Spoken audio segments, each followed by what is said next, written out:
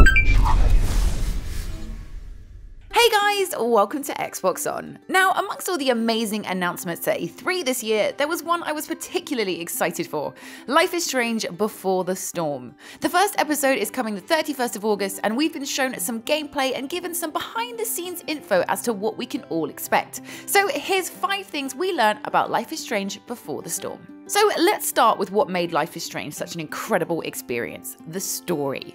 Before the Storm is set 3 years before the original game, which makes sense as much of Life is Strange revolved around the giant storm heading to Arcadia Bay. The biggest change, however, has to be that this time round you're playing the part of Chloe Price rather than Max. This obviously makes a huge difference to the game. Max and Chloe were so different in the way they dealt with scenarios and how they reacted that we can only assume Before the Storm will be a very different experience. As you can see, you're not playing the part of the Chloe we've become so familiar with. Forget the blue hair and beanies, it's a more toned down brunette who hasn't discovered the delight in proper warm headgear yet. The story takes place 2 years after the death of Chloe's father, after Max has left town and lost touch. It's a difficult time for Chloe at school, and she rebels against everything, and she's definitely struggling. It's during this time that Chloe meets Rachel Amber, the most popular girl at school and a person who will change Chloe's life forever. If you've played Life is Strange, you'll of course know about Rachel, so finding out more about her is going to be really interesting. Her character was never properly delved into, so to have her fleshed out will definitely be great for fans of the series. And for those who have never played Life is Strange,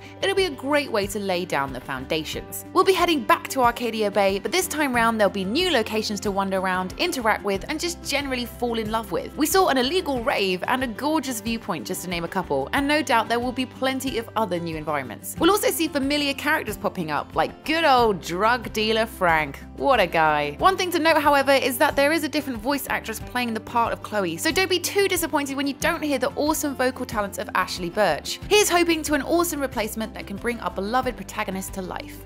Before the Storm will continue the key gameplay that Life is Strange relied on: big choices to make that bring even bigger consequences. In this footage, we were shown that there were a few key choices to make. The first was whether or not to steal a whole lot of cash from someone at a party you're at. The guy's rude and stealing is a piece of cake, but who knows the repercussions it may bring. Once you have the money, you'll even be given a choice as to what to do with it, which you wouldn't have had if you chose not to steal it. The branches of choices promises to be deep and effective, which is really what made Life is Strange so incredible. The other choice is whether or not to fight this punk who's attacking you or to run away. The urge to teach him a lesson is overwhelming, but you just know it's going to come back to haunt you. Whilst Max was a more thoughtful character with a heavy conscience, Chloe is a free spirit with a disregard for the law.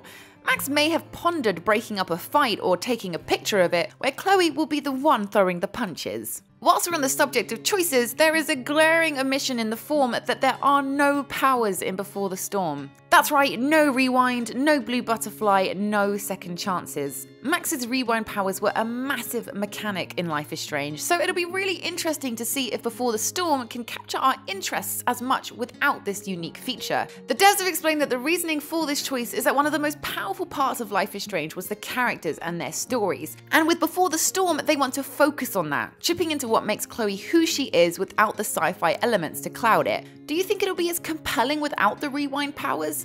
Let us know in the comments box down below.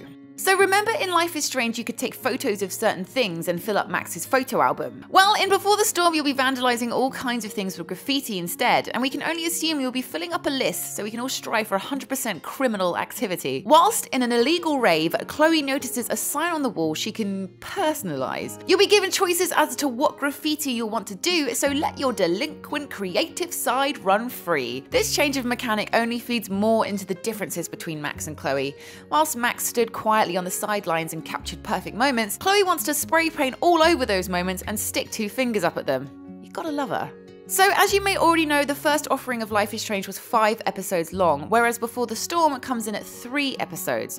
Whether or not this will benefit the story, only time will tell. Some could argue that Life is Strange took a while to get going, so maybe it could have benefited from a shorter episode length. Of course, I'm more of the belief that I just want as much Life is Strange in my eyes and face as possible, so fingers crossed that the 3 episodes are hella good. You can get the first episode when it's released on August 31st. And there we have it, there's a roundup of what we learned about Life is Strange Before the Storm at this year's E3. Let us know if you're excited for it in the comments box down below, and don't forget to hit that subscribe button so you can see the rest of our E3 videos coming your way. I'll see you next time, bye!